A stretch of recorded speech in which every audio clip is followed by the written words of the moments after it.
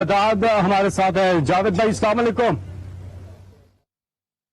وعلیکم السلام، سب کو السلام علیکم۔ جی جاوید بھائی، آپ تو بڑی فنڈ ریزنگ میں پہلے بھی چھکے چوکے مار چکے ہیں، کیا کہنا چاہیں گے؟ جذبہ تو آپ کا ہمیشہ زبردست ہوتا ہے۔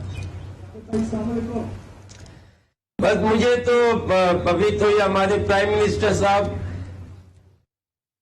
عمران بھائی سے میں یہی کہوں گا کہ ہماری تو قسمت میں یہ رہ گیا کہ مانگتے ہی رہو، کیونکہ اس شخص نے بچپن سے ہی جب سے ہم نے کھیلنا شروع کیا، ہاسپٹل بنائے، مانگتے ہی رہے، اور آج بھی پرائم منسٹر کو وہ چیز، کیونکہ جو کھانے والے تھے وہ تو نکل گئے، کسی نے ملک کا سوچا نہیں، اور مجھے امید ہے کہ اب انشاءاللہ پاکستان از ان گڈ ہینڈ، تو یہ بھی آزمائش ہے اور انشاءاللہ نکل جائے گا۔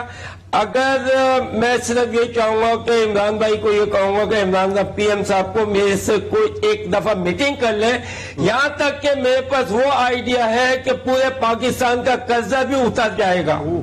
آپ کو پتہ ہے کہ میں کیلکولیٹر ہوں، اور میں یہ کر کے ابھی آپ نے جو باتیں کی، دیکھیں یہ ساری چیزیں یہ اویئرنیس کی بات ہے۔ آج ہمارے ملک میں جس طریقے سے ملک میں جیسے عمران بھائی نے بتایا کہ مچھر کالونی، واقعی حقیقت، آپ حقیقت کو تو سمجھیں، اس ملک کی حقیقت یہ ہے کہ یہ وائرس نہیں رک سکتا، یہ جب تک آپ اپنے آپ کو نہیں سمجھائیں گے، اپنے آپ سے بات نہیں کریں گے کہ میں نے نہیں جانا، میں نے نہیں نکلنا، ہر چیز، لوگ معاشی حالت میں مر گئے، جب جن کے پاس کھانے کو نہیں ہے وہ کیا کریں گے بیچارے؟ تو ہر چیز مجبور ہے، اور مجبوری کے تحت یہ آدمی کو اپنا سمجھنا ہوگا۔